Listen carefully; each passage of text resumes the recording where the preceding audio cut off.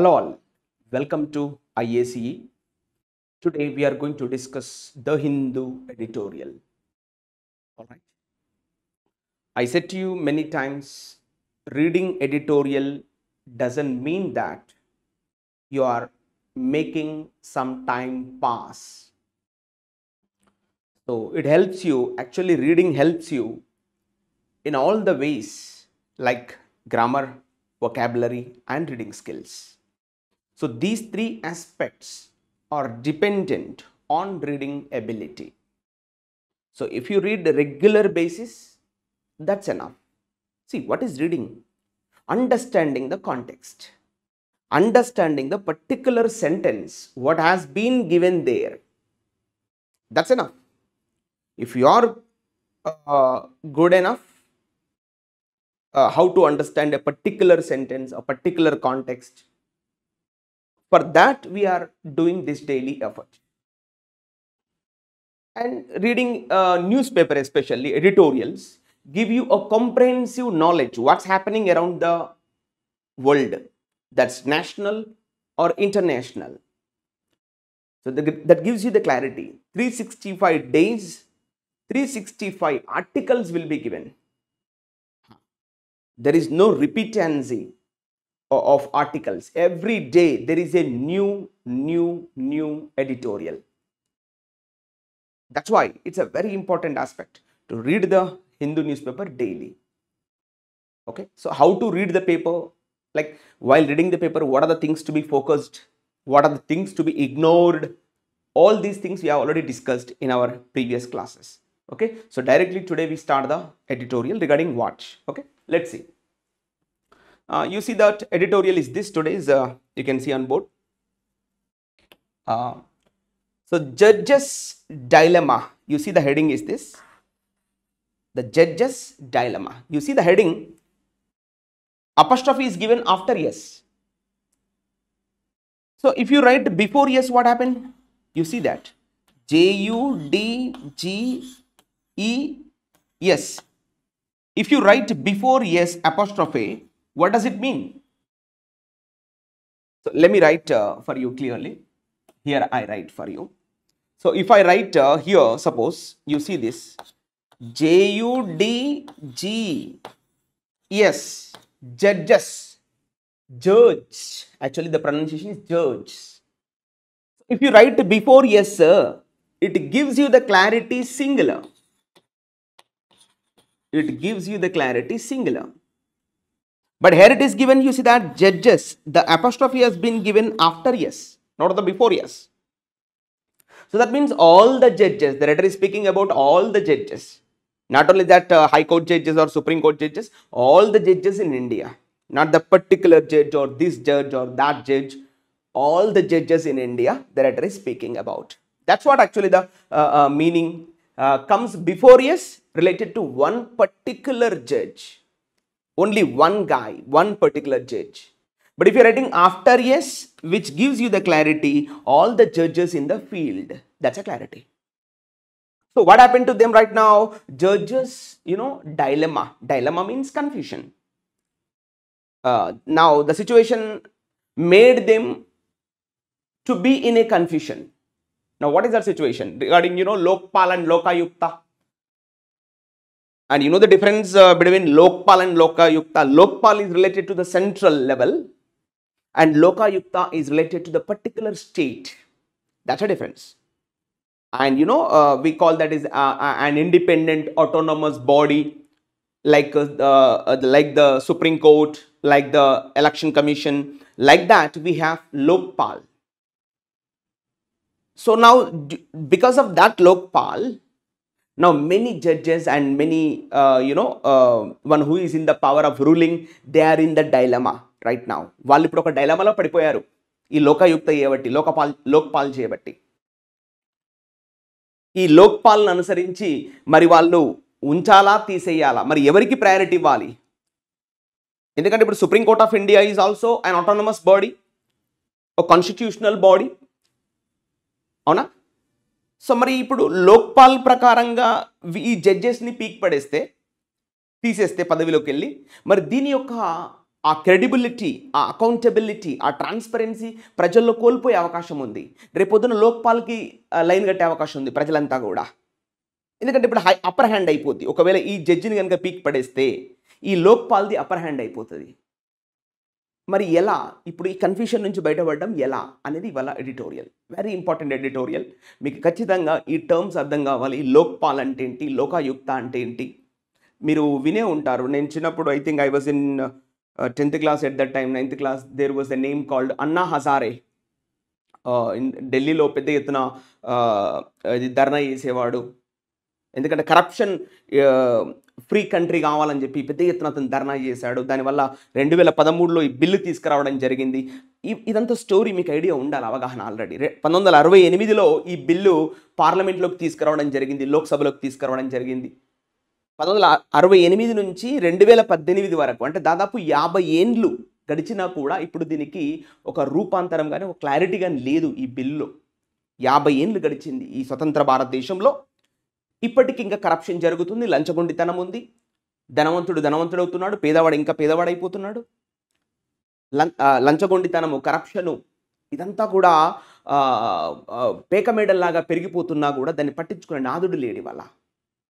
ఒక ఊళ్ళో సర్పంచ్ వల్ల వేల డబ్బు కలిగి ఉంటున్నాడు. ఒక ఎమ్మెల్యే అయితే తన 2-3 తరాలు వల్ల బతికే అటువంటి డబ్బు వెనకేసుకుంటున్నాడు. వేల కోట్లు, not just 100 crores or 200 crores, వేల కోట్లు వెనకేసుకుంటున్నారు స్టేట్స్లో కానీ అటు సెంట్రల్లో కానీ.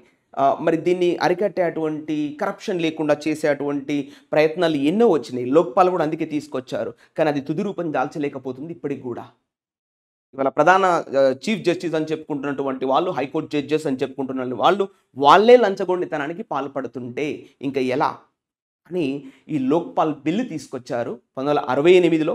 2013లో ఈ బిల్లు పట్టాలకు ఎక్కింది.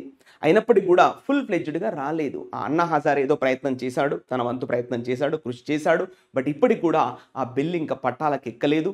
ఎక్కినా కూడా 100% ఎఫెక్టివ్గా పని చేయట్లేదు. సో ఇది ఎంతో కాలంగా మగ్గుతున్నటువంటి అంశం ఇక్కడ. సో ఈ అంశాల పట్ల మీకు అవగాహన ఉండాలి. ఎందుకంటే రేపు పొద్దున క్లోజ్ టెస్ట్ కానీ, రీడింగ్ కాంప్రహెన్షన్ కానీ, రీఅరేంజ్మెంట్ కానీ, ఫిల్ ఇన్ ద బ్లాంక్స్ కానీ వస్తే మనం ఖచ్చితంగా ఇక్కడ నుంచి అడిగే అవకాశం ఉంటుంది. Okay, let's enter the passage. Let's see what is this about. మరి ఇక్కడ చూసాము, ఇది జడ్జెస్ డైలమా, జడ్జిలందరూ కూడా కన్ఫ్యూషన్లో ఉన్నారు. ఆ నెక్స్ట్ ఏంటి, ఇక్కడే ఇది ఏంటి, ఆన్ కదా. So what is this on called. So on ఏమని చెప్పొచ్చు, ఇది ప్రిపోజిషనల్ ఫ్రేజ్. ఆన్ అంటే ప్రిపోజిషన్ కదా, ఇక్కడ నుంచి ఇక్కడి వరకు ప్రిపోజిషనల్ ఫ్రేజ్గా మనం తీసుకుంటాం. ఆన్ ద జుడిషియరీ, ఈ యొక్క న్యాయ వ్యవస్థ, జుడిషియరీ ఈ యొక్క ఈ ఇండియన్ లా సిస్టమ్ ఏదైతే ఉందో, లా అండ్ ఆర్డర్ సిచ్యువేషన్ ఏదైతే ఉందో అది జుడిషియరీ అంటే న్యాయ వ్యవస్థ, the law system in India. And its accountability. Accountability means transparency. Accountability means ఆ రెస్పాన్సిబిలిటీ, దాని యొక్క ట్రాన్స్పారెన్సీ, మరి దాని యొక్క జవాబుదారితనం. ఇవాళ జడ్జెస్ ఒక డైలమాలో ఉన్నారు, మన యొక్క న్యాయ వ్యవస్థ ఒక డైలమాలో ఉంది. మరి లోక్పాల్ అనేది పై చేయి తీసుకొస్తే మరి ఈ న్యాయ వ్యవస్థ యొక్క అకౌంటబిలిటీ ఏమవుతుంది, ప్రజలు మరి ఎలా ఈ యొక్క న్యాయ వ్యవస్థ పైన క్రెడిబిలిటీ ఉంచుకోగలరు, ప్రజలకి న్యాయ వ్యవస్థ పట్ల నమ్మకం పోద్ది. ఒకవేళ జడ్జి కనుక ప్రూవ్ అయ్యాడు, తప్పు చేశాడని ప్రూవ్ అయ్యిండు, సుప్రీంకోర్టు జడ్జి ప్రూవ్ అయ్యిండు తప్పు చేశాడని, జడ్జే తప్పు చేసిన తర్వాత మరి what about the common people అనే నమ్మకం పోద్ది ప్రజల్లో. సో దాని పట్ల వాళ్ళంతా కూడా ఒక డైలమా నెలకొని ఉంది. మరి దీన్ని లోక్పాల్ తీసుకొచ్చి వాళ్ళని అరెస్ట్ చేసి జైల్లో పడేస్తే న్యాయ వ్యవస్థ పైన నమ్మకం పోద్ది. సో ఈ విషయం పట్ల ఈ ప్యాసేజ్ ఇవ్వడం జరిగింది. Let's enter the passage. So you can see this is the passage we have, and let's move a bit. Yeah. So ఇది మనం నీట్గా 1 by 1 మనం అంతా కూడా క్లియర్గా చదువుదాం. ఓకేనా, let's enter the passage. So let's read from here actually. Okay, it is starting from here. The Lokpal's ruling. What is subject right now? The Lokpal's ruling. Igo, ఇది subject. చెప్పాం కదా, you have to focus on the subject verb agreement. What you have to focus on? The Lokpal's ruling. Igo, ఇది subject. Lokpal అనే పదం literal meaning మీకు అర్థమవుతుంది కదా. లోక్పాల్, లోక్ అంటే జనాలు, లోకము, పాల్ అంటే పాలించడం, అంటే లోకాన్ని పాలించాలనే ఒక ఉద్దేశంతో ఈ వర్డ్కి వాళ్ళు అంకురార్పణ చేయడం జరిగింది, ఆ నామకరణం చేయడం జరిగింది ఆ యొక్క సిస్టమ్కి. ఓకే, అంటే ఇప్పుడు ఇవాళ ప్రజలు తప్పు చేస్తే శిక్షించడానికి న్యాయ వ్యవస్థ ఉంది, పోలీస్ డిపార్ట్మెంట్ ఉంది, చాలా సిస్టమ్స్ ఉన్నాయి, రెవెన్యూ డిపార్ట్మెంట్ ఉంది ప్రజలని పాలించడానికి. మరి ఒకవేళ ప్రభుత్వ సంస్థలే తప్పు చేస్తే, అధికారులే తప్పు చేస్తే, MLA, MP, president, prime minister తప్పు చేస్తే వారిని పట్టుకోవడానికి ఏముంది అంటే ఈ సిస్టమ్ తీసుకొచ్చారు. That's what actually the meaning of Lokpal. This is what the literal meaning. Lokpal అంటే మీనింగ్ ఉంది లోకాన్ని పాలించేటోళ్ళు అని మీనింగ్ వస్తుంది ఇక్కడ. Clear? So let's enter the Lokpal's ruling. ఇక్కడ రూలింగ్ అంటే మీనింగ్ ఏంటి? మామూలుగా అయితే రూలింగ్ అంటే పాలించడం కదా, కానీ ఇక్కడ రూలింగ్ అంటే పాలించడంతో పాటు కొంచెం వేరే మీనింగ్ ఆల్టర్ చేస్తాం మనం. లోక్పాల్ అంటే జడ్జ్మెంట్, ఆ యొక్క తీర్పు, వర్డిక్ట్, ఇలా అర్థం చేసుకుంటాం. సో ఏంటా తీర్పు అనేది ఇక్కడ ఇచ్చాడు బ్రాకెట్లో. సో ఎలా చదవాలి ఇప్పుడు? Lokpal's ruling that high court judges are amenable to its jurisdiction and the supreme court order staying it on its own motion raise. Okay, now on its own motion raise more than a mere question of law. అయిపోయింది sentence. ఇక్కడి వరకు sentence చదువుకున్నాం. See this, it's very important sentence. Now the sentence is clear.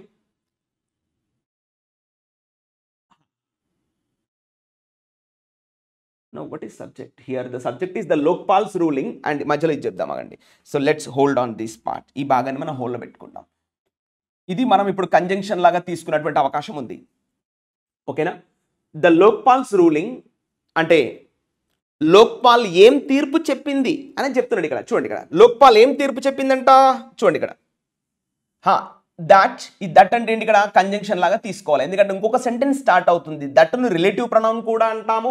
పక్కన ఇమీడియట్గా verb ఉంటే relative pronoun లాగా భావించాలి, కానీ ఇమీడియట్గా పక్కన ఇంకొక సెంటెన్స్ స్టార్ట్ అవుతుంది.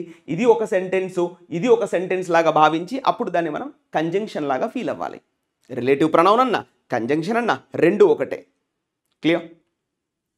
So now Lokpal's ruling that, ఏం తీర్పిచ్చింది లోక్పాల్ ఇక్కడ చెప్తున్నాడు. హైకోర్టు జడ్జెస్, ఇగో ఇది సబ్జెక్ట్, మళ్ళీ హైకోర్టు జడ్జెస్ అనే సబ్జెక్ట్. వర్బ్ ఏంటి? ఆర్ అనేది వర్బ్. హైకోర్టు జడ్జెస్ అంటే ఎక్కడ ఉంటారు? స్టేట్స్లో ఉంటారు.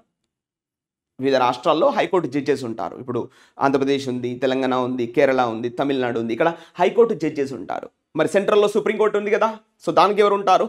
CJI, chief justice of India ఉంటాడు దానికి చీఫ్గా. సో ఇప్పుడు high court judges are amenable. Amenable అంటే మామూలుగా అమెనబుల్ అంటే మీనింగ్ ఏంటి? జనరల్గా అమెనబుల్ అంటే lovable, friendship. Amen, we call that word means love or friendship. Amity, amorous, paramour, enamour, డిమోరు, amenable, amen, amity. You see that many words are rooting with amen. That means means love or friendship. So ikkada em meaning తీసుకోవాలి? High court judges are amenable. Amenable అంటే acceptable, lovable, friendship, making to friendship జనరల్గా మీనింగ్. కానీ ఇక్కడ meaning ఏమొస్తుంది? High court judges are అమెనబుల్ అంటే fall under, దాని కింద పడతారు. దేని కింద పడతారు? High court judges. High court judges are amenable to its jurisdiction. ఇక్కడ ఇట్స్ అంటే మీనింగ్ ఏంది? లోక్పాల్.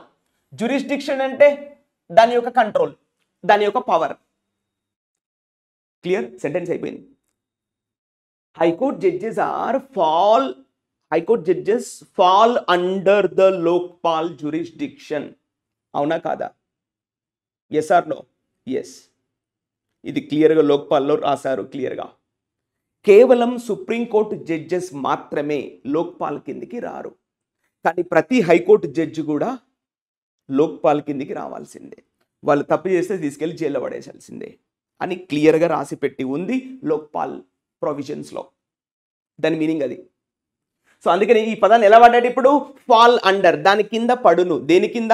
లోక్పాల్ జ్యూరిస్డిక్షన్. జ్యూరిస్డిక్షన్ అంటే కంట్రోల్, ఆ పర్టికులర్ ప్లేస్ని చట్టబద్ధంగా పాలించడం జనరల్గా. కానీ ఇక్కడ ఇట్స్ జ్యూరిస్డిక్షన్ అంటే its control, its power, its authority అని మీనింగ్ వస్తుంది. Clear? So now once again read. High court judges are amenable to it Lokpal's jurisdiction. అయిపోయింది సెంటెన్స్. ఇది ఎవరు చెప్పారు? లోక్పాలే చెప్తుంది స్వయాన. ఇప్పుడు యాక్చువల్గా దీనికి వర్బ్ మనం వెతకడం కష్టమే, ఎందుకంటే ఇది ఒక ఫ్రేజ్ లాగా రాశాడు. యాక్చువల్గా వర్బ్ ఏదో ఇవ్వాలి. The Lokpal's ruling says that అని చెప్పాలి. యాక్చువల్ ఒక వర్బ్ పడేయాలి అక్కడ, కానీ ఇవ్వలేదు. చల్తా యాక్సెప్ట్ చేయండి. ద లోక్పాల్ మనం పెడదాం. The Lokpal's ruling says that ఏం చెబుతుంది అంటే high court judges are falling under Lokpal's jurisdiction. And ఇక్కడ అండ్ అన్నాడు కదా, అండ్ నేమ్ తీసుకుంటాం, మళ్ళీ కంజంక్షన్. ఇంకేం చెప్తున్నాడు ఇక్కడ? And the supreme court. ఇప్పుడు మళ్ళీ సబ్జెక్ట్ ఏంటి? The supreme court order. Supreme court ఒక ఉత్తర్వు, ఆర్డర్ అంటే మీనింగ్ ఇది జడ్జిమెంట్, మళ్ళీ తీర్పిచ్చింది. ఇక్కడ మామూలుగా ఆర్డర్ అంటే మనం ఏదైనా వేయడం కదా, కానీ ఇక్కడ సుప్రీంకోర్టు ఆర్డర్ అంటే సుప్రీంకోర్టు యొక్క తీర్పు, సుప్రీంకోర్టు యొక్క జడ్జిమెంట్, సుప్రీంకోర్టు యొక్క వర్డిక్ట్ అని మీనింగ్ వస్తుంది. ద సుప్రీంకోర్టు ఆర్డర్ ఏంటి? ఆర్డర్ ఏంటి చెప్తున్నాడు. Supreme court order staying it, stay విధించిందంట. స్టే అంటే ఏంటి? స్టాప్ చేసింది. లోక్పాల్ ఏదైతే చెప్తుందో హైకోర్టు జడ్జెస్ నా జ్యూరిస్డిక్షన్లోకే వస్తారు అని లోక్పాల్ ఏదైతే అంటుందో ఆ వాదనని సుప్రీంకోర్టు స్టే విధించింది. మీరు అలా చెప్పడానికి వీల్లేదు, ఆగండి ఆగండి నేనున్న ఇక్కడ అని సుప్రీంకోర్టు అంటుంది. Supreme court order staying it. It అంటే ఏంటి? ఇక్కడ ఆ రూలింగ్, లోక్పాల్ యొక్క రూలింగ్ అన్నట్టు. ఇక్కడ గమనించండి, ఇట్ అంటే మీనింగ్ ఏంది? లోక్పాల్ యొక్క తీర్పు. Staying it on its own motion rise. ఇక్కడ మోషన్ అంటే మీనింగ్ ఏంటి? మోషన్ అంటే దాని యొక్క ఒపీనియన్. మోషన్ అంటే దాని యొక్క ఒపీనియన్. ఇప్పుడు మనము మీరు వినే ఉంటారు, పార్లమెంటు లోక్సభలో వాళ్ళు మోషన్స్ ప్రవేశపెడతారు. 0 అవర్ మోషన్ అని చెప్పి కొన్ని మోషన్స్ ఉంటాయి. అంటే మోషన్ అంటే మరేదో కాదు, వాళ్ళు ప్రవేశపెట్టేటువంటి నిర్ణయం, వాళ్ళు తీసుకునేటువంటి నిర్ణయాన్ని మోషన్ అంటాం, అంతే. ఇక్కడ సిచ్యువేషన్ మారిపోద్ది అకార్డింగ్ టు ద కాంటెక్స్ట్. ఈ కాంటెక్స్ట్లో మీనింగ్ ఏంది? Staying it. ఇట్ అంటే ఏంటి? Lokpal's ruling. Staying Lokpal's ruling on its own motion rise. On its own motion rise అంటే ఏంది? రైజ్ చేయడం, కంప్లైంట్ రైజ్ చేయడం. తన యొక్క మోషన్ రైజ్ అంటే తన యొక్క ఒపీనియన్ రైజ్ చేసింది సుప్రీంకోర్టు. నువ్వు కాస్త ఆగు, ఇప్పుడే వెంటనే వెళ్ళి అరెస్ట్ చేయకు. హైకోర్టు జడ్జెస్ అయినంత మాత్రాన వాళ్ళు నీ కిందికి ఏం రారు. ఎందుకంటే గొడవ జరుగుతుంది పెద్ద ఎత్తున ఎంతో కాలంగా. హైకోర్టు జడ్జెస్కి కూడా మేము షీల్డ్గా ఉంటాము, మేము వారిని ప్రొటెక్ట్ చేస్తామని సుప్రీంకోర్టు అంటుంది. హైకోర్టు జడ్జి తప్పు చేస్తే మీరు అరెస్ట్ చేయడానికి మీకు వీల్లేదు, లోక్పాల్కి మీకు ఆ హక్కు లేదు అని ఒక పక్క సుప్రీంకోర్టు అంటుంది. కానీ లోక్పాల్ ఏమంటుంది? నో, హైకోర్టు జడ్జెస్ మా పర్వ్యూలోకి వస్తారు, మా కిందికి వస్తారు, మేము వాళ్ళని అరెస్ట్ చేయగలం అని లోక్పాల్ అంటుంది. ఈ సమయంలో సుప్రీంకోర్టు స్టే వేసింది, మీరు అరెస్ట్ చేయడానికి వీల్లేదు. రీసెంట్గా ఒక కేసు, ఒక కంప్లైంట్ చేశాడు ఒక జడ్జి పైన, ఆ విషయంలో ఎడిటోరియల్ వచ్చింది అంతే. Okay, so motion rise more than a mere question of law. ఇగో ఇది చాలా ఇంపార్టెంట్ వర్డ్. మేర్ అంటే అర్థం ఏంటి అంటే కేవల్, మాత్ర, ఓన్లీ, జస్ట్ దాట్, ఇది మాత్రమే, కేవలం అని చెప్పడాన్ని మేర్. స్పెల్లింగ్ చూడండి, MERE. So staying it on its own motion rise more than a mere question of law. స్వయాన సుప్రీంకోర్టు కలగజేసుకొని దీనిలో స్టే వేయడం అనేది ఏదైతే ఉందో, లోక్పాల్ విషయంలో కలగజేసుకొని స్టే వేయడం ఏదైతే ఉందో, సుప్రీంకోర్టు స్వయాన కలగజేసుకొని స్టే వేయడం ఏదైతే ఉందో, తన సొంత మోషన్, తన సొంత ఒపీనియన్ రేస్ చేయడం ఏదైతే ఉందో, ఇది కేవలము క్వశ్చన్ ఆఫ్ లా. ఇవాళ చట్టాన్ని ఒక ప్రశ్నార్థకంలో పడేస్తున్నదే తప్ప మరేమి కాదు అని రైటర్ ఆరోపిస్తున్నాడు. సుప్రీంకోర్టు ఉన్నది, హైకోర్టు జడ్జి తప్పు చేస్తే ఇమ్మీడియట్గా తీసుకెళ్లి జైల్లో పడేయి, నీకు ఆ హక్కు ఉంది సుప్రీంకోర్టు. కానీ స్వయాన సుప్రీంకోర్టు కలగజేసుకొని తను సొంతగా లోక్పాల్ మీద స్టే విధించడము, ఇది ఒక క్వశ్చన్ ఆఫ్ లా. ఇవాళ మన చట్టాన్ని ఒక ప్రశ్నార్థకంలో పడేస్తుంది తప్ప కేవలం ప్రశ్నార్థకంలో పడేస్తుందే తప్ప మరేమీ కాదు. అయ్యో ఈ స్వతంత్ర భారతదేశంలో, ఈ ప్రజాస్వామ్య భారతదేశంలో ఇలాంటి సంఘటన చోటు చేసుకోవడం ఈ చట్టానికి ఒక ప్రశ్నార్థకంగా మారింది అయ్యో అని రైటర్ ఆరోపిస్తున్నాడు ఇండైరెక్ట్గా. సో ఇది ఈ సెంటెన్స్ కొంచెం తికమక ఉన్నప్పటికీ, బట్ ఇందులో మెయిన్ సబ్జెక్ట్ వర్బ్ మీరు ఫోకస్ చేసుకుంటే హైకోర్టు జడ్జెస్ వర్బ్ అనేది R1 కనబడుతుంది. అది గమనించండి. కొంచెం కరెక్ట్గా రాయలేదు, సెంటెన్స్ కన్స్ట్రక్షన్ కరెక్ట్గా లేదు, బట్ ఓకే మీకు అర్థమైతే happy. First line is clear. Let's enter the next line. So let's enter the next line. మళ్ళీ subject the issue. The issue అంటే ఈ సమస్య. ద ఇష్యూ అంటే ఈ సమస్య. ఏ సమస్య? ఇప్పుడు లోక్పాల్ హైకోర్టు జడ్జెస్ని అరెస్ట్ చేస్తామంటే సుప్రీంకోర్టు కలగజేసుకొని స్టే వేసింది కదా, ఈ సమస్య. ద ఇష్యూ, ద అంటే చెప్పాను కదా, ఈ సమస్య. ఈ ద ఇష్యూ వర్బ్ ఏంటి? కన్సర్న్స్. ఇగో కన్సర్న్స్ అంటే ఏంది? Some sort of disturbance. Concerns అంటే ఆందోళన రేకెత్తిస్తుంది. Creating some chaos, disturbance, perturbance. The issue concerns both. అయిపోయింది. నెక్స్ట్ ఇది ఆబ్జెక్ట్ అండి. The issue concerns both. రెండు ఇగో బోత్ వచ్చింది కాబట్టి ఏం రావాలి? అండ్ వస్తుంది. ఇగో అండ్ వచ్చింది ఇక్కడ. ఓకేనా? ఇగో ఇక్కడ అండ్ వచ్చింది. సో ఎవరెవరిని ఇబ్బందులు ఇరకాటంలో పడేస్తుందంట? Both the independence of judiciary, మన న్యాయ వ్యవస్థ యొక్క స్వతంత్రతని, అండ్ ఇట్స్ అకౌంటబిలిటీ, తన యొక్క జవాబుదారీతనాన్ని ఇవాళ ఒక సందిగ్ధంలో పడేసింది ఈ యొక్క సమస్య. ఈ సమస్య ఏదైతే లోక్పాల్ ఇష్యూకు సంబంధించిన సమస్య ఏదైతే ఉందో ఆ సమస్య ఇవాళ ఒక ఇబ్బందిని రేకెత్తిస్తుంది, కన్సర్న్ చేస్తుంది, ఇరకాటంలో పడేసింది. ఎవరిని? మన న్యాయ వ్యవస్థ యొక్క స్వతంత్రతని, దాని యొక్క జవాబుదారీతనాన్ని ఇరకాటంలో పడేసింది. చూడండి, the independence of the judiciary and its accountability. ఎందుకంటే ఇండిపెండెన్స్ చాలా ఇంపార్టెంట్. మనం చెప్పేది పక్క వాళ్ళు వినాలంటే మనం అంతే ఇండిపెండెంట్గా ఉండాలి. అట్లాంటిది ఒక కోర్టు, సుప్రీంకోర్టు, హైకోర్టు, ఇవన్నీ ఇండిపెండెంట్ బాడీస్. అవి తీర్పులు ఇస్తూ ఉంటాయి, కొన్నిసార్లు ఉరిశిక్షలు వేస్తూ ఉంటాయి, కొన్నిసార్లు జీవిత ఖైదులు వేస్తూ ఉంటాయి. ప్రజలు నమ్మి వాటిని ఫాలో అవుతున్నారు. మరి స్వయాన ఇవాళ సుప్రీంకోర్టు ఇలాంటి విషయంలో కలగజేసుకొని హైకోర్టు జడ్జి ఎవరైతే ఆయన ఉన్నాడో ఆయనకు షీల్డ్గా ఉండడము, అతన్ని ప్రొటెక్ట్ చేయడము, అతన్ని డిఫెన్సివ్గా ఉండడం అనేది ఇవాళ ఈ యొక్క న్యాయ వ్యవస్థ యొక్క స్వతంత్రతని, జవాబుదారీతనాన్ని ఇరకాటంలో పడేస్తున్నాయి అని రైటరు ఆరోపిస్తున్నాడు. ఈ ఎడిటోరియల్ రాసినటువంటి రైటరు ఆరోపిస్తున్నాడు. ఇది మనం అర్థం చేసుకోవాల్సిన point. Clear? The next point, we are going the next point. Let's read. ఇగో దట్ అన్నాడు. దట్ అనేది ఎప్పుడు వచ్చినా కూడా స్టార్టింగ్లో వస్తే దానికి సబ్జెక్ట్గా తీసుకోవాలి. That the court. ఇక్కడ ద కోర్ట్ అంటే ఏ court? Supreme court. That the court. మళ్ళీ సబ్జెక్ట్ స్టార్ట్ అవుతుంది చూడండి. గవర్నమెంట్ లా ఆఫీసర్స్, ఇదంతా సబ్జెక్ట్గా తీసుకోవచ్చు.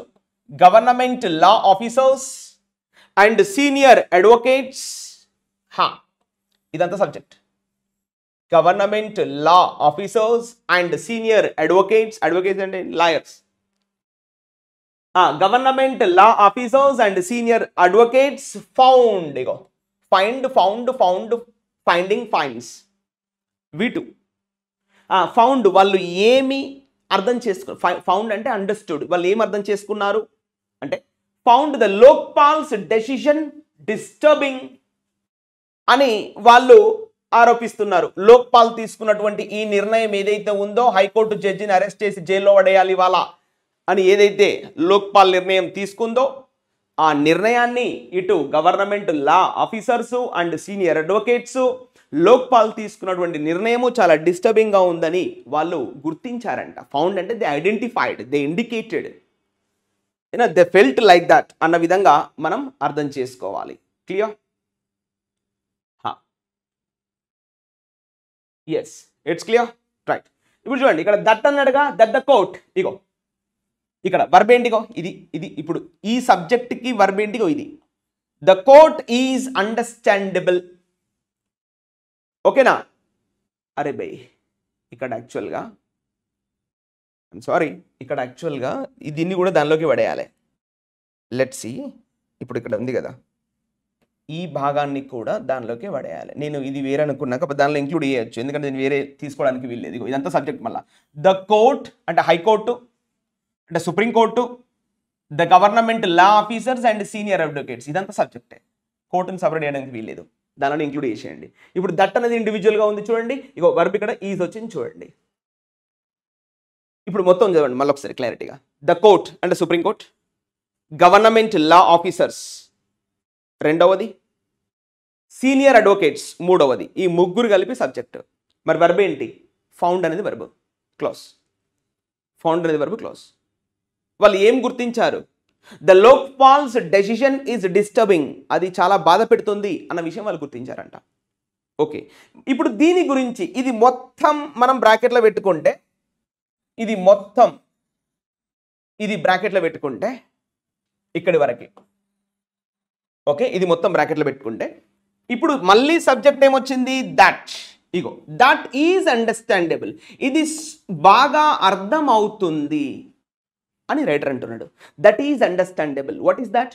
Put in the middle. That is understandable. ఇప్పుడు మళ్ళీ యాజ్ అంటే ఏంటి? కంజంక్షన్. యాజ్ని ఎలా తీసుకుంటాం? ఇది కంజంక్షన్. మళ్ళీ సబ్జెక్ట్ ఏంటి? మెనీ. ఇగో యాజ్ మెనీ బిలీవ్. ఇగో బిలీవ్ అంటే ఏంటి? వర్బ్. మెనీ అంటే ప్లూరల్, బిలీవ్ అన్నా కూడా ప్లూరలే. యాజ్ మెనీ బిలీవ్ దాట్, చాలా మంది ఏమని నమ్ముతున్నారు. దట్ అంటే ఏంటి? కంజంక్షన్. మళ్ళీ సబ్జెక్ట్ ఏంటి? జుడిషియల్ ఇండిపెండెన్స్, న్యాయ స్వతంత్రత. వర్బ్ ఏంటి? Will be undermined.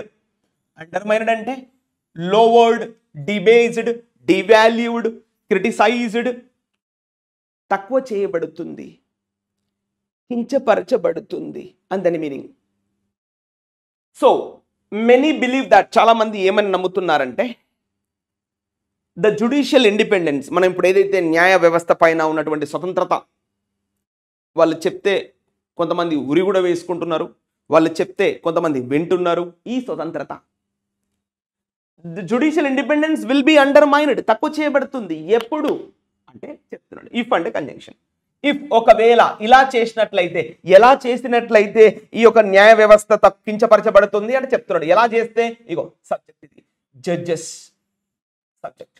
ఈ మధ్యలో ఇచ్చాడు కదా, ఇది prepositional phrase. Judges of constitutional courts, రాజ్యాంగబద్ధమైనటువంటి ఈ న్యాయ సంస్థలు. కోర్టులు అనేటివి కాన్స్టిట్యూషనల్ బాడీస్, రాజ్యాంగం ద్వారా ప్రసాదించబడినటువంటి సంస్థలు. They are institutions governed by the constitution. అది చెప్తున్నాడు. జడ్జెస్ ఆఫ్ కాన్స్టిట్యూషనల్ కోర్ట్స్ ఏదో ఆషామాషి వ్యవహారం కాదు, అది రాజ్యాంగం ద్వారా నిర్మించబడినటువంటి సంస్థలవి. వాటికి ఉన్నటువంటి జడ్జెస్ ఆర్, ఇగో వర్బ్ ఏంటి? Are made, judges are made answerable to the Lokpal. ఇగో అర్థమైందా? ఇది adjective. Judges are made answerable to the Lokpal. ఒకవేళ లోక్పాల్కి గనక, లోక్పాల్ ఇప్పుడు చెప్పింది, ఇగో బాబు నువ్వు వెళ్ళి జైల్లో కూర్చో, నువ్వు తప్పు చేసినావు my dear high court judge mister XYZ, నువ్వు తప్పు చేసావు, నువ్వు లంచంలో పట్టుబడ్డావు, నువ్వు వెళ్ళి జైల్లో కూర్చో అని ఒకవేళ లోక్పాల్ మాట విని ఈయన వెళ్ళి జైల్లో కూర్చుంటే, ఈ కాన్స్టిట్యూషనల్ కోర్ట్స్ యొక్క జడ్జెస్ ఈ మాట ఇలా చేసినట్లయితే వాటి యొక్క ఇండిపెండెన్స్ అనేది కించపరచబడుతుంది, వాటి యొక్క స్వతంత్రత అనేది తక్కువ చేయబడుతుంది. అప్పుడు లోక్పాల్కి అధికారాలు పెరుగుతాయి. రేపొద్దున ప్రజలందరూ కూడా లోక్పాల్కి లైన్ కడతారు. హైకోర్టుకు, సెషన్స్ కోర్టుకు, జ్యుడిషియల్ కోర్టుకు ఎవరు రాడు, సుప్రీంకోర్టుకు ఎవరు ఓరు. ఇక వీళ్ళంతా ఎక్కడ లైన్ కడతారు? లోక్పాల్కి లైన్ కడతారు. మా కేసును నువ్వే వాదించు అని లోక్పాల్కి లైన్ కడతారు. మరి అలాంటప్పుడు ఇవెందుకు, వీటిని తీసిపడేసి లోక్పాలనే పెట్టు అని ఈ ఎడిటోరియల్ రాసినటువంటి రైటర్ భావిస్తున్నాడు. సో ఇది చాలామంది ఇది నమ్ముతున్నారు అని క్లారిటీ ఇక్కడ. అర్థమైందా? దట్ ఈజ్ అండర్స్టాండబుల్, అది స్పష్టమవుతుంది. మరి ఈ హైకోర్ట్స్, ఈ గవర్నమెంట్ లా ఆఫీసర్స్, ఈ సీనియర్ అడ్వకేట్స్ ఎందుకు వాళ్ళు లోక్పాల్ యొక్క డెసిషన్ని డిస్టర్బింగ్ అంటున్నారు? ఇగో ఇందుకు అంటున్నారు వాళ్ళు. ఒకవేళ లోక్పాల్కి గనక ఆన్సరబుల్ టు ద లోక్పాల్, ఈ జడ్జెస్ గనక లోక్పాల్కి గనక ఆన్సరబుల్గా ఉంటే, అంటే లోక్పాల్ చెప్పినట్టు చేస్తే, లోక్పాల్ చెప్పిన మాట వింటే జడ్జెస్కి విలువ ఉండదు. They are just useless piece of పేపర్గా మారిపోతారు, ఒక టిష్యూ పేపర్ లాగా మారిపోతారు వాళ్ళు అని ఈ రైటర్ భావిస్తున్నాడు. అంతే కదా వాస్తవంగా కూడా. కోర్ట్ అంటే హైయెస్ట్ బాడీ, ఇక దానికి మించింది లేదు. మళ్ళీ లోక్పాల్ ఎందుకు కొట్టుకొచ్చావు నువ్వు? మరి వేరే కారణాలు దానికోసం వాడుకో, నో ప్రాబ్లం. ఒకవేళ హైకోర్టు జడ్జి తప్పు చేస్తే దానికి ఒక సిస్టమ్ ఉంటుంది, ఆ ప్రొసీజర్ ప్రకారంగా నువ్వు వారిని శిక్షించు. ఇది రైటర్ చెప్తున్నాడు. Okay, let's enter the next point. ఇక్కడ వరకు క్లియర్ కదా. ఈవెన్ దో అంటే మీనింగ్ ఏంది? ఇప్పుడు నెగిటివ్ కాంటెక్స్ట్ మాట్లాడతాడు. ఈవెన్ దో అంటే తెలుసు కదా, ఇది కంజంక్షన్. ఒకటి పాజిటివ్ ఒకటి నెగిటివ్ ఉంటే ఈవెన్ దో మనం వాడుకుంటాం ఇంగ్లీష్లో. ఈవెన్ దో ఏంటది? Even though they fall, they అంటే ఎవరు? ఇగో ఈ హైకోర్టు జడ్జెస్. ఇక్కడ దే అంటే మళ్ళీ subject. They fall under the definition of public servant. ఇప్పుడు దే అంటే ఎవరు? జడ్జెస్. హైకోర్టు జడ్జెస్ కావచ్చు, సుప్రీంకోర్టు జడ్జెస్ కావచ్చు. వీళ్ళంతా ఎవరి ఆధీనంలోకి వస్తారు? They come under whose remit, whose purview, whose control అని చెప్తున్నాడు. They fall under the definition. ఈ నిర్వచనం కింద వాళ్ళందరూ దీని కిందికి వస్తారంట. ఈ నిర్వచనం కిందికి వస్తారంట వీళ్ళంతా. ఎవరు? ఇప్పుడు ఇచ్చారుగా government law officers, senior advocates, వీళ్ళందరూ దేని కిందికి వస్తారో చెప్తున్నాడు. They fall under the definition of public servant. వీళ్ళంతా ప్రజాసేవకులు అన్న ఒక డెఫినేషన్, ఒక నిర్వచనం కిందికి వస్తారంట వీళ్ళంతా. ఇగో they fall under the definition of public servant. Under, మరి ఈ పబ్లిక్ సర్వెంట్ డెఫినేషన్ దేని నుంచి పట్టుకొచ్చారు అంటే ఇక్కడ చెప్తున్నాడు. Under the prevention of corruption act. ఈ ప్రివెన్షన్ ఆఫ్ కరప్షన్ యాక్ట్ కింద ఒక పబ్లిక్ సర్వెంట్ ఉంటాడు. ఒకవేళ పబ్లిక్ సర్వెంట్ కనుక తప్పు చేస్తే, ఎస్పెషల్లీ కరప్షన్ లాంటి కేసెస్లో ఇరుక్కుంటే లోక్పాల్ చూసుకుంటుంది. అది జనరల్గా డెఫినేషన్. సో మరి వీళ్ళు కూడా పబ్లిక్ సర్వెంట్సే కదా, జడ్జెస్. వాళ్ళు కూడా ప్రజలకు సేవ చేస్తున్నారు కదా. మరి వాళ్ళు తప్పు చేస్తే లోక్పాల్ తీసుకెళ్ళి అరెస్ట్ చేయొచ్చు కదా. ఒకవేళ అరెస్ట్ చేస్తే మరి వాళ్ళ యొక్క విలువ పడిపోద్ది కదా. హైకోర్టు జడ్జి తప్పు చేసిందంటే ప్రజల్లో హైకోర్టు పైన నమ్మకం పోద్ది కదా.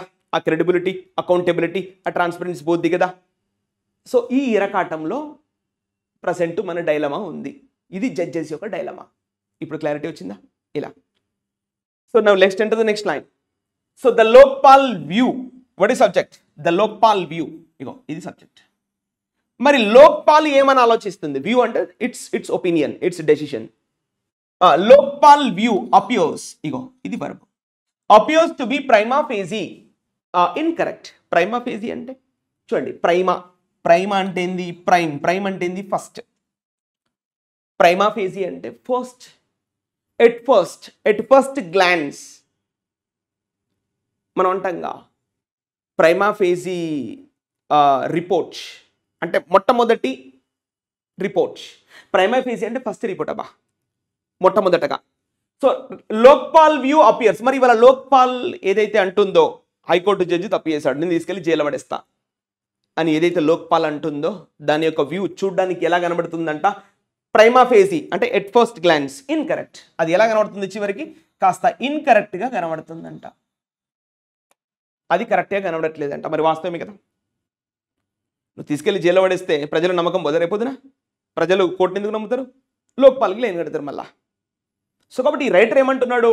లోక్పాల్ చేస్తున్నటువంటి ఈ పని, ఈ చర్య ఏదైతే ఉందో చూడడానికి, మొదటగా చూడడానికి కొంచెం ఇన్కరెక్ట్గా అనిపిస్తుంది, ఇది కరెక్ట్ నిర్ణయం కాదు అని రైటర్ ఆరోపిస్తున్నాడు. Next point, let's enter. There is nothing.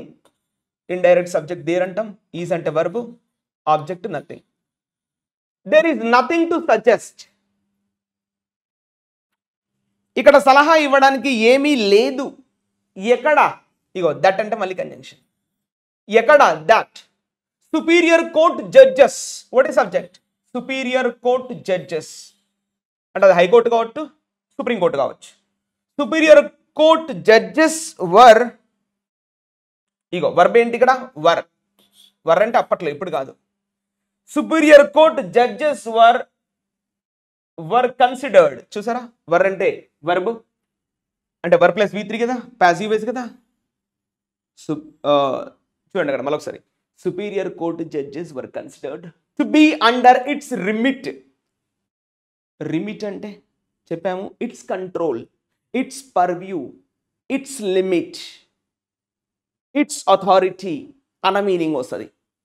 Clear? Superior judges అదేంటది were even considered to be under its remit. ఇక్కడ ఇట్స్ రిమిట్ అంటే Lokpal's remit, Lokpal's purview, Lokpal's control, Lokpal's jurisdiction, Lokpal's limit, Lokpal's authority అని దాని యొక్క మీనింగ్. రిమిట్ అంటే ఇన్ని మీనింగ్స్ ఉన్నాయి. అప్పట్లో ఇది ఆల్రెడీ చెప్పడం జరిగింది. ఏమని చెప్పడం జరిగింది? సుపీరియర్ జడ్జెస్ కావచ్చు, ఎవరైనా కానీ, నాకు సంబంధం లేదు భయ్, ఎవడైనా కానీ లోక్పాల్ ఆధీనంలోకి వస్తారని చెప్పబడిందంట అప్పట్లో. మరి ఇప్పుడు ఏమంటున్నారు? నో, మరి లోక్పాల్ ఆధీనంలో ఉన్నప్పుడు లోక్పాల్ అరెస్ట్ చేసేటువంటి సత్తా, కెపాసిటీ లోక్పాల్కు ఉంటుంది, మరి చేసుకుంటుంది. మరి సుప్రీంకోర్టు ఎందుకు వచ్చింది మధ్యలోకి? ఎందుకు వచ్చిందంటే కోర్టుల యొక్క క్రెడిబిలిటీ వద్ది అని. పెద్దన్న పాత్ర మరి రావాలి కదా. పెద్దన్న అని ఎందుకంటాం? చిన్నవాళ్ళు ఇబ్బందుల్లో ఉన్నప్పుడు వాడు వచ్చి కలగేసుకుంటాడు. That's what the clarity. Simple, right? So అదే చేస్తుంది సుప్రీంకోర్టు వల్ల, పెద్దన్న పాత్ర పోషిస్తుంది. సో లాస్ట్ మంత్, పోయిన నెల, ఇది అడ్వర్బియల్ ఫ్రేజ్గా తీసుకోవచ్చు. పోయిన నెల ఏం జరిగిందంట చెప్తున్నాడు. సో ద లోక్పాల్, ఇది సబ్జెక్ట్. వర్బ్ ఏంటి? ఇగో వర్బ్ వచ్చేసి చూడండి, ఇది వర్బ్. ద లోక్పాల్ రిజెక్టెడ్, తిప్పికొట్టింది. ఇది verb. Clear? The Lokpal rejected what? Rejected what? Rejected a corruption complaint. అయిపోయింది ఆబ్జెక్ట్. ఏం తిప్పికొట్టింది Lokpal? Rejected a corruption complaint. ఒక లంచగొండి షికాయతు తిప్పికొట్టిందట లోక్పాల్ పోయిన నెల. ఈ లోక్పాల్ పోయిన నెల ఎవరి అధ్యక్షతన ఉండే చెప్తున్నాడు బ్రాకెట్లో. ఎవరి అధ్యక్షతన ఉండే అంటే చెప్తున్నాడు. హెడెడ్ బై, వీళ్ళ అధీనంలో ఉందంట. హెడెడ్ బై ఫార్మర్ అంటే ప్రీవియస్ సుప్రీంకోర్టు జడ్జ్. పాతకాలంలో సుప్రీంకోర్టు జడ్జి ఉండే కదా, ఆయన పేరేంటి? ఏఎం ఖాన్ విల్కర్. ఆయన పేరు ఇది. సో అతని అధ్యక్షన లోక్పాల్ పోయిన నెల ఒక కరప్షన్ కంప్లైంట్ ఏదైతే ఉందో ఆ లోక్పాల్ తిప్పికొట్టిందంట, రిజెక్ట్ చేసింది. ఈ కంప్లైంట్ ఎవరి మీద వచ్చింది చెప్తున్నాడు. ఇది ప్రిపోజిషనల్ ఫ్రేజ్. అగైన్స్ట్ ఆ former chief justice of India. డైరెక్ట్గా సిజేఐ తప్పు చేసిండా? ఇచ్చిండి ఇక్కడ, CJI chief justice of India. ఈ కంప్లైంట్ ఎవరి మీద వచ్చింది? డైరెక్ట్గా సిజేఐ మీదనే వచ్చిందంట. అతను కరప్షన్ పాల్పడ్డాడని, అవినీతి పాల్పడ్డాడని వచ్చిందంట. నీతి లేని పనులు చేశాడు. Against former chief justice of India on the ground. ఇది ఫ్రేజ్. ఆన్ ద గ్రౌండ్ అంటే ఆన్ దిస్ బేసిస్. ఇక్కడ గ్రౌండ్ అంటే అర్థం ఏంటంటే ఎవిడెన్స్, ఆధారాలు, సాక్ష్యం. బేసిస్ అంటాం, గ్రౌండ్ అంటాం. ఆన్ ద గ్రౌండ్స్ అంటే ఈ ఆధారాల ప్రకారంగా. ఏ ఆధారం ప్రకారంగా కంప్లైంట్ వచ్చింది సిజేఐ పైన చెప్తున్నాడు. దట్ ద లోక్పాల్ యాక్ట్ 2013, మనం చెప్పాం కదా 2013లో చట్టం తీసుకొచ్చారు. అప్పుడు కాంగ్రెస్ ప్రభుత్వం ఉండే, అప్పుడు ఏం చేయలేదు, ఇక ఓడిపోతా నేను 2013లో అన్న భయంతో చట్టాన్ని పట్టుకొచ్చారు. అప్పటిదాకా చూస్తూ కూర్చొని 2013లో 14 ఎలక్షన్లు ఉన్నాయి కదా, అప్పుడు ఈ చట్టాన్ని పట్టుకొచ్చారు కాంగ్రెస్ వాళ్ళు. సో ద లోక్పాల్ యాక్ట్ 2013 ఆధారంగా ఫార్మర్ సిజేఐ మీద ఒక కంప్లైంట్ వస్తే మరి లోక్పాల్ ఏం చేసింది? దాన్ని తిప్పికొట్టిందంట. ఇప్పుడు డిడ్ నాట్ అనేది మళ్ళీ ఇక్కడ on the ground that the Lokpal act 2013 did not. అచ్చా ఇప్పుడు ఇది సబ్జెక్ట్ తీసుకున్నాడమ్మా. మళ్ళీ ఇప్పుడు దట్ అనేది కంజంక్షన్ లాగా తీసుకోవాలి. మరి నేను చెప్పిన విధంగా ఇది మ్యాచ్ అవ్వట్లేదు. ఇక్కడ దట్ అంటే కంజంక్షన్ అమ్మా, గుర్తుపెట్టేసుకోండి. మళ్ళీ సబ్జెక్ట్ ఏం చెప్పిండు? The Lokpal act 2013. వర్బ్ ఏంటి? Did not concern. Did not concern what? Apex court judges. ఇంతకుముందే మాట్లాడుకున్నాం మనం. What is the apex court of India? Supreme court కదా. సుప్రీం కోర్టు జడ్జెస్ కి ఈ యొక్క చట్టం వర్తించదు. ఈ యొక్క లోక్పాల్ యాక్ట్ 2013 సుప్రీంకోర్టు జడ్జెస్ కి వర్తించదు అని అందులో ఉంది. అందుకనే ఆ లోక్పాల్ హెడ్గా ఉన్నటువంటి ఆయన పేరేంది? ఏఎం ఖాన్ విల్కర్ అన్నట్టనే కొట్టిపడేసిండు ఆ కేసు పోయిన నెల. సిజేఐ మరి అంత పెద్ద స్థానంలో ఉన్నాడు, అవినీతి చేయొచ్చా, నీతి లేని పనులు చేయొచ్చా, చేశాడు. చేసినా కూడా మన చట్టం అతనికి వెనకేసుకొచ్చింది, డిఫెన్స్ చేసింది. ఏమిటా చట్టం అంటే Lokpal act 2013. Apex court judges ఎవరైతే ఉంటారో వారిని మేము అరెస్ట్ చేయము అని ఆ చట్టంలో చెప్పబడిందంట. ఎందుకు తెలియదు. ఏపెక్స్ కోర్టు జడ్జెస్కి ఆ చట్టం వర్తించదు. అండ్ అంటే మళ్ళీ కంజంక్షన్ మీకు తెలుసు.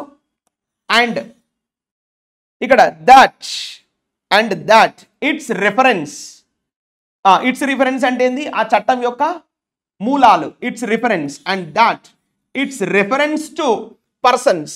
ఈ వ్యక్తులు, ఏ వ్యక్తులు, ఇగో ఇక్కడ ఇచ్చాడు, who are members of any body or authority created by an act of parliament cannot be applied. ఇదేంది బై ఇట్లా రాసిండు. And that its reference to persons who are members of any body or authority created by an act of parliament cannot be applied. వారికి కూడా apply కాదంట. cannot be applied to the Supreme Court. ఇది తప్పు ఉందా correct ఉందా ఏం రాశాడో కూడా clarity లేదు ఇక్కడ.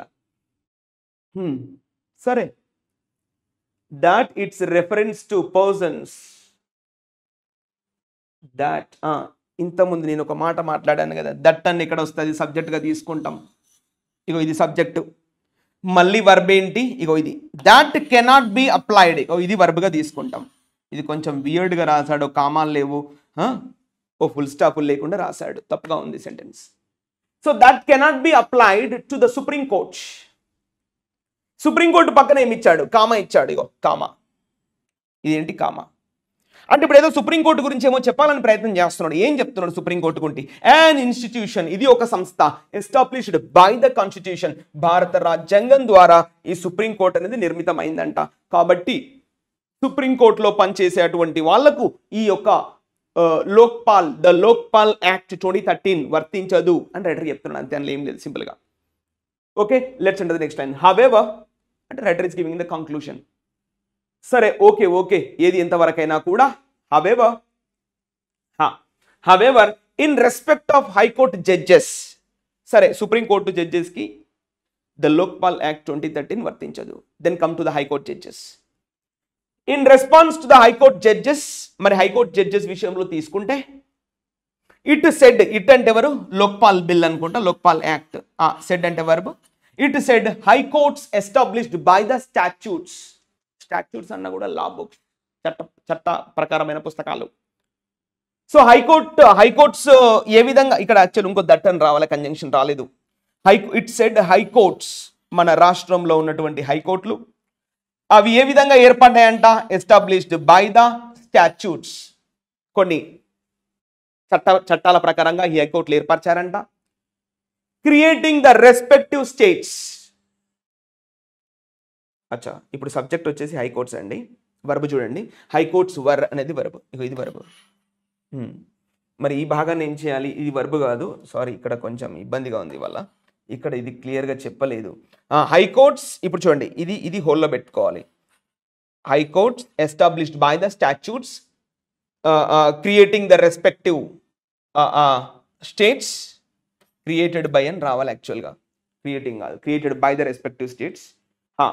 High courts were statutory bodies and their judges. ఇగో దేర్ జడ్జెస్ అంటే హైకోర్టు యొక్క జడ్జెస్, స్టాట్యూటరీ బాడీస్ అంటే రాజ్యాంగబద్ధమైనటువంటి వ్యవస్థలు.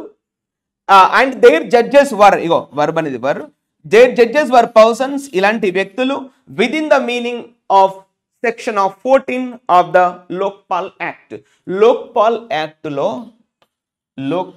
యాక్టులో సెక్షన్ 14 ప్రకారంగా వాళ్ళందరూ కూడా ఈ అర్థంలోకి వస్తారంట. With in the meaning of section 14 of the Lokpal act. Lokpal యాక్ట్లో సెక్షన్ 14 కింద ఈ హైకోర్టు జడ్జెస్ వస్తారు. కాబట్టి వారిని అరెస్ట్ చేసే హక్కు నాకు ఉంది అని లోక్పాల్ అంటుంది. మరి నువ్వు అరెస్ట్ చేస్తే మరి సుప్రీంకోర్టు కామ్గా ఉంటుందా? అందుకే స్టే విధించింది. సుప్రీంకోర్టు ఎందుకు స్టే విధించింది? ఎందుకంటే క్రెడిబిలిటీ పోద్ది కదా ప్రజల్లో. మరి చూసుకున్నది అదే కదా. అందుకనే స్టే విధించింది. సో ఈ విధంగా hope you understand clearly. Let's enter the next line. ఇది కూడా ఉంది. Let's see. Let's read from the top. Okay, let's read from here. The independence of the judiciary was the foremost consideration when the court held in K. Veeraswamy versus Union of India 1991 that no case can be registered against them without consulting the CJI, even though it also said judges were public servants under the Prevention of Corruption Act. Chala manchi information. Let's see this. What is subject? The independence of the judiciary. Literally subject తీసుకుంటే the independence. ఎవరి independence, ఎవరి స్వతంత్రత? Of the judiciary. ఇది ఫేరేజ్లో ఉంటుంది, ఇది హోల్లో ఉంటుంది. ఈ భాగాన్ని మీరు కాస్త హోల్లో పెట్టుకోవచ్చు, చదవాల్సినటువంటి అవసరం లేదు. ఎవరి స్వతంత్రత? జ్యుడిషియరీ అంటే న్యాయ వ్యవస్థ యొక్క స్వతంత్రత. వర్బ్ ఏంటి? Was the foremost consideration. Foremost అంటే మీనింగ్ ఏంది? At most, very significant, very important. was the foremost consideration. Consideration అంటే taking into the account, లెక్కలోకి తీసుకోవడం. న్యాయ వ్యవస్థ యొక్క స్వతంత్రత అనేది ఉత్కృష్టమైనటువంటిది.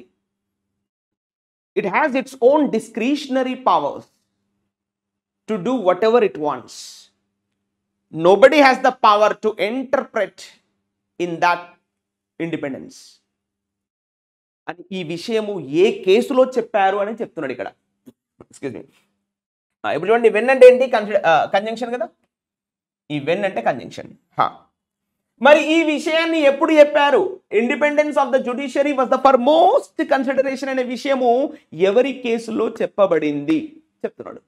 వెన్ ద కోర్ట్ హెల్డ్ అంటే given the judgement, given the verdict.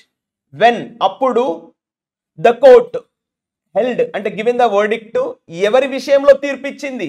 ఇక చెప్తున్నాడు. In K Veeraswamy versus Union of India 1991. అప్పట్లో ఏదో 1991లో ఏదో కేసు వచ్చిందంట. ఎవరెవరి మధ్యలో? వీరాస్వామి అనటైనే యూనియన్ ఆఫ్ ఇండియా అంటే కేంద్ర సెంట్రల్ గవర్నమెంట్ పైన ఒక కేసు నడిచింది. ఆ కేసులో ఈ విషయాన్ని చెప్పారన్నట్టు. ఏ విషయాన్ని చెప్పారు? Independence of the judiciary is the utmost consideration అనే విషయాన్ని ఈ కేసులో చెప్పడం జరిగిందంట. అంటే ఒక్కొక్క కేసులో ఒక్కొక్క విషయం బయటపడుతుంది చట్టంలో. సో మళ్ళీ దాని తర్వాత ఏమి ఇచ్చాడో? దట్ అంటే మళ్ళీ కంజంక్షన్ ఇచ్చాడు ఇక్కడ. దట్ అంటే కంజంక్షన్ లాగా తీసుకుంటాం. దట్ నో కేస్, మరే విధమైనటువంటి కేసు కూడా, no case can be registered, ఎలాంటి కేసు కూడా వేయడానికి వీల్లేదు. అగైనెస్ట్ దెమ్, వారికి విరుద్ధంగా హైకోర్టు జడ్జెస్ కానీ, సుప్రీంకోర్టు జడ్జెస్ కానీ, వారికి విరుద్ధంగా ఏ కోర్టులో కూడా ఎవరు కూడా కేసు వేయడానికి వీల్లేదు అని ఆ జడ్జిమెంట్లో చెప్పడం జరిగింది. ఆ కోర్టు సుప్రీంకోర్టే అనుకుంటా. ద కోర్ట్ అంటే supreme court. The Supreme Court gave the verdict in K. Veeraswamy and Union of India 1991 that no case can be registered against them without consulting the CJI. Okay, మరి CJI ని consult, ఒకవేళ మీరు case వేయాలనుకున్నా కూడా మొదటగా మీరు CJI ని కలవాలి. Chief justice of India ఉంటాడు కదా, సుప్రీంకోర్టు జడ్జి, ఆయనను కలిసిన తర్వాతనే మీరు నిర్ణయం తీసుకోవాలి. ఓకే, ఆయన కలవకుండా మీరు మీ ఇష్టం వచ్చినట్టు హైకోర్టు జడ్జి మీద, సుప్రీంకోర్టు జడ్జి మీద కేసు వేస్తానంటే కుదరదు అని ఆ విషయం ఎవరి కేసులో చెప్పారు? వీరాస్వామి ఏంటది యూనియన్ ఆఫ్ ఇండియా 1991లో చెప్పారంట. ఓకే, ఈవెన్ దో ఇలా అయినప్పుడు, ఈవెన్ దో అంటే ఏంటి? మళ్ళీ conjunction. Even though it also said, supreme court ఏం చెప్పింది? ఇట్ ఆల్సో సెడ్ జడ్జెస్ వర్, ఇక్కడ కామా రావాలి, జడ్జెస్ వర్ పబ్లిక్ సర్వెంట్స్.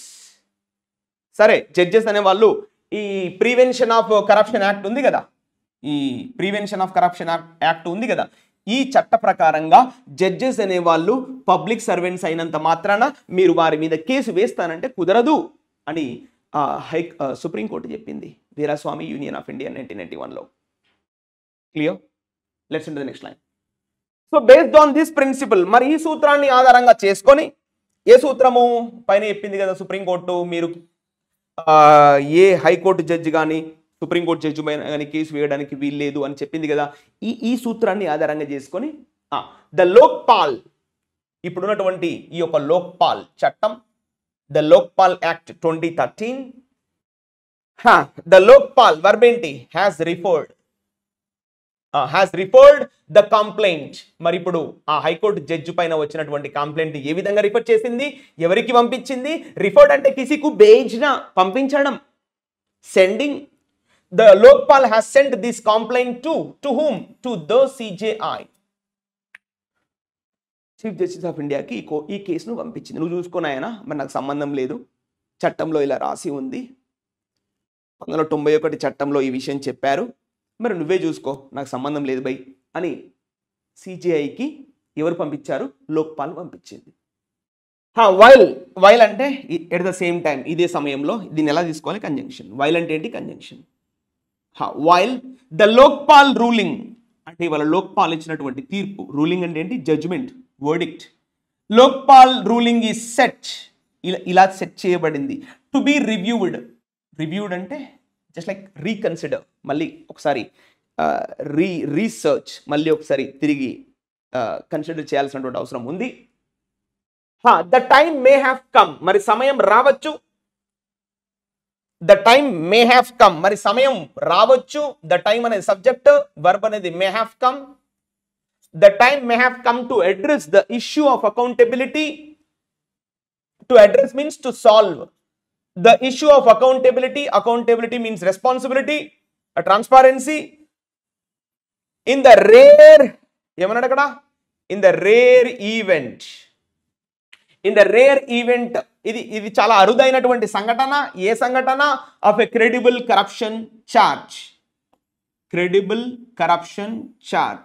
credible అంటే నమ్మకమైన, ఒక నమ్మకమైన వ్యక్తి మీద ఇవాళ ఆరోపణలు వచ్చినాయి. credible corruption charges arising against a judge. ఇగో ఇదంతా కూడా మళ్ళీ జెరండియల్ ఫ్రేజ్గా తీసుకుంటాం. ఇవాళ ఒక నమ్మకమైనటువంటి జడ్జి పైన ఇలాంటి ఆరోపణ రావడం ఏదైతే ఉందో, మరి వాటన్నిటినీ కూడా సమాధాన పరిచేటువంటి ఒక సమయం వస్తుంది. May have come. ఇప్పుడు లోక్పాల్ యాక్ట్ ఏం చెప్తుంది? నువ్వు అరెస్ట్ చేయడానికి వీల్లేదు. హైకోర్టు జడ్జి కానీ సుప్రీంకోర్టు జడ్జి కానీ వారి మీద కేసులు వేయడానికి కూడా మీకు హక్కు లేదు మై డియర్ ప్రజలారా అని ఆ లోక్పాల్ అంటే ఏంటది వీరాస్వామి యూనియన్ ఆఫ్ ఇండియా యొక్క తీర్పు చెప్తుంది. మరి ఇలాంటి సమయంలో వారికి కళ్ళెం వేయాలంటే, పబ్లిక్ సర్వెంట్స్ తప్పు చేస్తున్నారు, హైకోర్టు జడ్జి సుప్రీంకోర్టు జడ్జి తప్పు చేస్తున్నారు, మరి వారిని అడ్డుకునేటువంటి ఒక మెకానిజం రావాలి, వస్తుంది. The time may have come, వస్తుంది అని అంటున్నాడు. Clear? Now the matter is now dealt with. ఇప్పుడు దా మ్యాటర్ అంటే ఈ విషయం, దా అంటే ఏంది? ఈ వర్బ్ ఏంటి? Is dealt. ఇగో సారీ, ఇది చూడండి, ఇది చాలా ఇంపార్టెంట్. డీల్ట్ విత్ అనేది కాంబినేషన్గా చదవాలి ఎప్పుడు కానీ. ఇది చాలా ఇంపార్టెంట్. దీన్ని ఎలా చదవాలి అంటే, డీల్ట్ విత్ అంటే మీనింగ్ ఏమొస్తావా? Dealt with means to handle something. So the matter is now dealt with by the High Court, by the court. I'm sorry, not High Court, the court and the Supreme Court. The matter is now dealt with by the, dealt with అంటే చెప్పాను కదా, handling, to handle, to tackle. The matter is now handled by the Supreme Court through దీని ద్వారా, through an in-house procedure. In-house అంటే not the public, private గా. Enclosure అంటే ఒక క్లోజెట్లో, అంటే ప్రజలకు ఇప్పుడు హైకోర్టు కానీ సుప్రీంకోర్టు కానీ ప్రొసీడింగ్స్ ప్రజల సమక్షంలో జరుగుతాయి కదా, అలా కాకుండా ఇన్ హౌస్ ప్రొసీజర్ అంటే ఒక సీక్రెట్గా కేసు విచారణ జరగాలి అని రైటర్ అంటున్నాడు. The matter is now handled by the court, by the court through an in-house procedure initiated only if the Chief Justice of High Court or the CJI or the President receives complaint. చూసారా, ఇది in house లో జరుగుద్ది. ఎప్పుడు జరుగుద్ది అంటే చెప్తున్నాడు, if ఇలా అయితేనే, ఎలా అయితే, ఇగో ఎలా అయితే the chief justice or high court, the chief justice of a high court or the CJI, chief justice of India or the president, రాష్ట్రపతి, వీరిలో ఏ ఒక్కరికైనా ఆ సదరు వ్యక్తి కంప్లైంట్ చేస్తే అప్పుడు ఆ జడ్జి పైన ఇన్ హౌస్ ప్రొసీజర్ జరుగుద్ది. Not in the public sphere, under the private consideration. అప్పుడు విచారణ కొనసాగుద్ది. అంతవరదాకా విచారణ కొనసాగదు అని ఈ రైటర్ భావిస్తున్నాడు. ఒకవేళ ప్రెసిడెంట్ కానీ, చీఫ్ జస్టిస్ ఆఫ్ ఇండియా కానీ, చీఫ్ జస్టిస్ ఆఫ్ హైకోర్టు కానీ, వీరిలో ఏ ఒక్కరికైనా రాతపూర్వకంగా ఒక కంప్లైంట్ అందుతే అప్పుడు వాళ్ళు విచారణ చేపడతారు. ఆ ప్రాసిక్యూషన్, ఆ ట్రయల్స్, ఆ ప్రొసీడింగ్స్, ఆ హియరింగ్స్ జరుగుతాయి. అది కూడా in house procedure, not in the public sphere, not in the public domain. In house స్పియర్లో, నాట్ ఇన్ ద పబ్లిక్ డొమైన్లో ఆ కేసు విచారణ జరుగుద్ది, అంతేగాని పబ్లిక్లో జరగదు అని రైటర్ భావిస్తున్నాడు. ఇది clear. And next, if the charges appear true. ఇక్కడ చార్జెస్ అంటే మీనింగ్ ఏంది? అలిగేషన్స్, ఆరోపణలు. ఇగో సబ్జెక్ట్ ఏంటి? The charges. Verb, excuse me, yeah, verb ఏంటి? అపియర్ అంటే just look like that. Appear true. ఒకవేళ నిజంగానే జడ్జి తప్పు చేసిండు, హైకోర్టు జడ్జి తప్పు చేసిండు, CJI తప్పు చేసిండు అని ఒకవేళ ఆరోపణలు గనక రుజువు అయితే, ఇఫ్ ద చార్జెస్ అంటే అక్యూజేషన్స్, బ్లేమ్స్, ఆరోపణలు, అలిగేషన్స్ గనక నిజం అయితే ఏమిటంటే ఆస్కింగ్ ద జడ్జెస్, మరి ఆ సదురు జడ్జిను అడగడం జరుగుతుంది. Asking the judges concern to resign.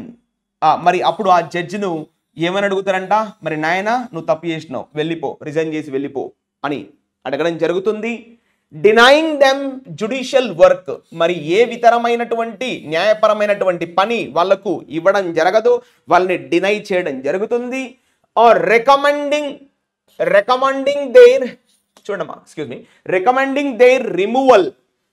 వారిని ఆయా పదవి నుంచి రిమూవ్ చేయమని పార్లమెంటును కూడా వేడుకోవడం జరుగుతుంది. Recommending their removal through parliament are the options available. ఇవన్నీ ఆప్షన్స్ ఇప్పుడు మనకు అవైలబుల్గా ఉన్నాయంట. ఆర్ ద ఆప్షన్స్ అవైలబుల్, ఇవి మనకు అవైలబుల్గా ఉన్నాయి అని రైటర్ చెప్తున్నాడు. ఈ విధంగా తీసేయచ్చు, కానీ ఏ విధంగా తీసేయచ్చు? ఒకవేళ నిజంగానే అతని ఆరోపణలు నిజమైతే, అతని పైన అతను తప్పు చేశాడు అనుకో రుజువు అయితే ఏ విధంగా తీసేస్తారంట? ఇవన్నీ పనులు చేపట్టబడతాయి. నాయనా నువ్వు వెళ్ళిపో, నాయనా నువ్వు రిజైన్ చేయి, నాయనా నువ్వు జ్యుడిషియల్ వర్క్ నీకు ఉండదు. ఇంకా recommending they removal through parliament సమావేశం ఏర్పరిచి, అంటే లోక్సభలో వీళ్ళంతా ఎంపీలు ఉండరు కదా, వీళ్ళంతా కూర్చొని అప్పుడు రిమూవ్ చేస్తారంట. Are the options available. ప్రస్తుతం ఉన్నటువంటి అవకాశాలు ఇవి అని చెప్తున్నాడు. ఇంకా సమ్ జడ్జెస్, మరి కొంతమంది జడ్జిలు సబ్జెక్ట్ వర్బ్ ఆర్ ట్రాన్స్ఫర్ చేయబడతారంట. Passive voice are transferred from one high court to another. ఒక హైకోర్టు నుంచి ఇంకో హైకోర్టుకి కూడా పంపించేటువంటి అవకాశం కూడా ఉంటుందంట. ఇంకా but whether a corruption charge is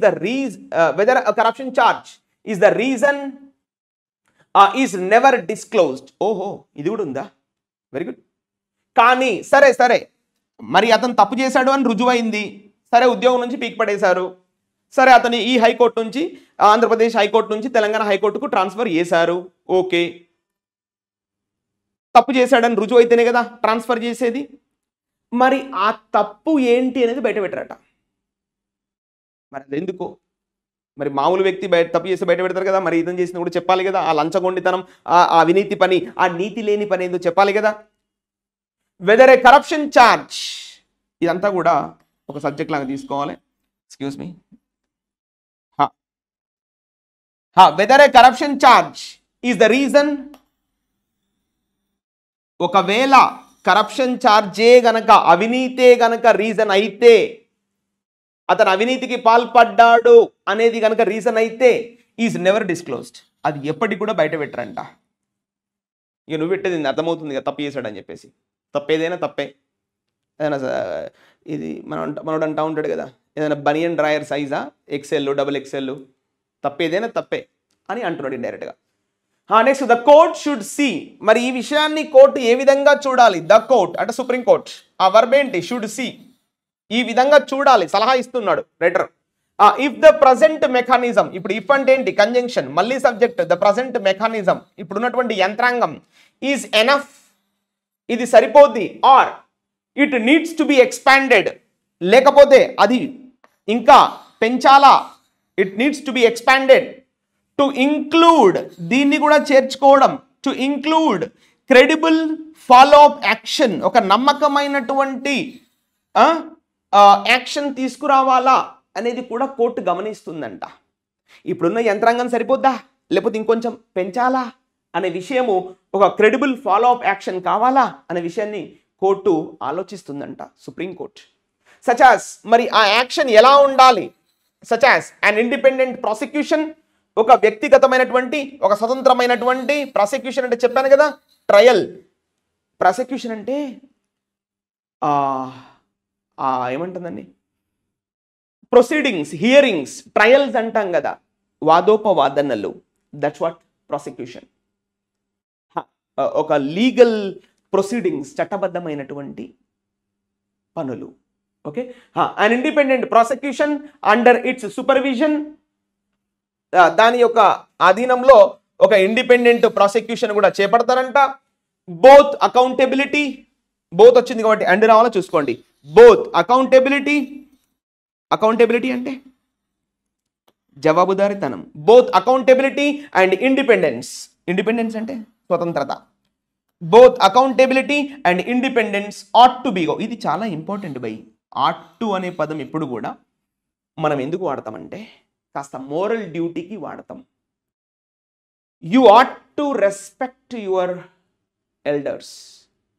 అయితే జనరల్గా ఆర్ట్ యొక్క మీనింగ్ మన మార్కెట్లో ఉన్నటువంటి పదం ఏంటంటే షుడ్. అయితే షుడ్ అనే పదాన్ని మార్కెట్లో ఎందుకు వాడతారు అంటే, జనరల్గా షుడ్ అనే పదాన్ని ఎందుకు వాడతారు జనరల్గా మార్కెట్లో అంటే, షుడ్ అనే పదం ఎందుకు వాడతామంటే అడ్వైస్ या सजेशन के लिए हम ये प्रयोग कर सकते. हाँ, this is what actually the reason behind. Babu, you should not smoke cigarettes. Babu, you should not consume alcohol. Advice. किसी को सजेशन दे रहा है हम, ये प्रयोग इसीलिए हम यूज कर सकते हैं. हाँ, और एक बात भी है. What is that? ought to. ought to मतलब ये मोरल और नीति का प्रयोग है. You ought to respect your nation అంటే you should respect your nation. Should అనేది జనరల్ స్టేట్మెంట్స్, ఈ సిగరెట్స్, ఆల్కహాల్ ఇక్కడ వాడతాం లోకల్గా. బట్ ఆట్ టు అనేది కొంచెం మోరల్ స్టాండర్డ్స్, డ్యూటీస్, ఎథిక్స్, వాల్యూస్లో ఈ పదాన్ని వాడతాం. కాబట్టి రేపు పొద్దున మీకు ఎర్రర్ కూడా రావచ్చు, దాని మీదకి వెళ్ళి చెప్పలేం. బాబు you should respect your nation అన్న దగ్గర కింద ఫిల్ ఇన్ ద బ్లాంక్స్ ఉంటాయి కదా, అక్కడ ఆట్ టు అనే పదం కనబడుతుంది. మీరు మార్కు ఆట్ టుకి ఇవ్వాలి. సో అదే అంటున్నాడు. ఏమంటున్నాడు? Both accountability and independence ought to be, అంటే must be, should be equally important for the judiciary. ఈ న్యాయ వ్యవస్థకి రెండు కళ్ళలాగా ఉండాలి. ఇవి రెండు ఏంటవి? ఒకటి అకౌంటబిలిటీ, ఇంకోటి ఇండిపెండెన్స్. ఈ న్యాయ వ్యవస్థకి రెండు కళ్ళలాగా పనిచేయాలి. ఇవి రెండు కూడా పనిచేసినప్పుడే ప్రజల్లో కూడా నమ్మకాన్ని చూరగొంటారు. అప్పుడు కూడా ఈ యొక్క కేసు ఏదైతే డిస్క్లోజెస్ క్లియర్గా చేయగలుగుతారు అని ఈ రైటరు అభిప్రాయపడుతున్నాడు. సో మీకు అర్థమైంది అనుకుంటా what is this editorial today. So ఈ విధంగా మీరు క్లియర్గా అర్థం చేసుకున్నప్పుడు ఇందులో ఎన్నో పదాలు వచ్చినాయి చూడండి, ఎంతో గ్రామర్ వాడాడు. ఇలా ప్రతిరోజు చేయడం వల్ల that's all the preparation means that. ఇవాళ బ్యాంక్ ఎగ్జామ్ అన్నా, ఎస్ఎస్సి సిజిఎల్ అయినా కూడా ఇవాళ స్మార్ట్నెస్ ఎక్కువైపోయింది. యాక్చువల్గా కాంపిటేటివ్కి ఈ smart students are not required అన్నట్టు. కొంచెం ఈ స్మార్ట్ ఓవర్ కాన్ఫిడెన్స్ ఉంటారు కదా, వాళ్ళు అవసరం లేదు కాంపిటేషన్లో వాస్తవంగా. వాళ్ళు ఏంటంటే కాన్సెప్ట్ వచ్చు అని చెప్పి సంవత్సరాల తరబడి అక్కడే కూర్చుంటారు. బట్ ఈ హార్డ్ వర్క్ అంటే ఏంది, చేసిన పనే 10 సార్లు వేయడం. That's what actually here we want నా. కాంపిటీషన్లో కావాల్సింది స్మార్ట్నెస్ కాదు, hard work after smartness. First hard work, చేసిన క్వశ్చనే 10 సార్లు వేయాలి, చేసిన వర్క్ బుక్కే 10 సార్లు వేయాలి, చేసిన నౌన్ చాప్టరే 10 సార్లు ఎగ్జాంపుల్ చేసుకోవాలి, చదివిన వర్బ్ చాప్టరే 10 సార్లు ఆ టు ఇన్ఫినిటివ్, బేర్ ఇన్ఫినిటివ్, జెరెంట్స్ 10 సార్లు రాయాలి.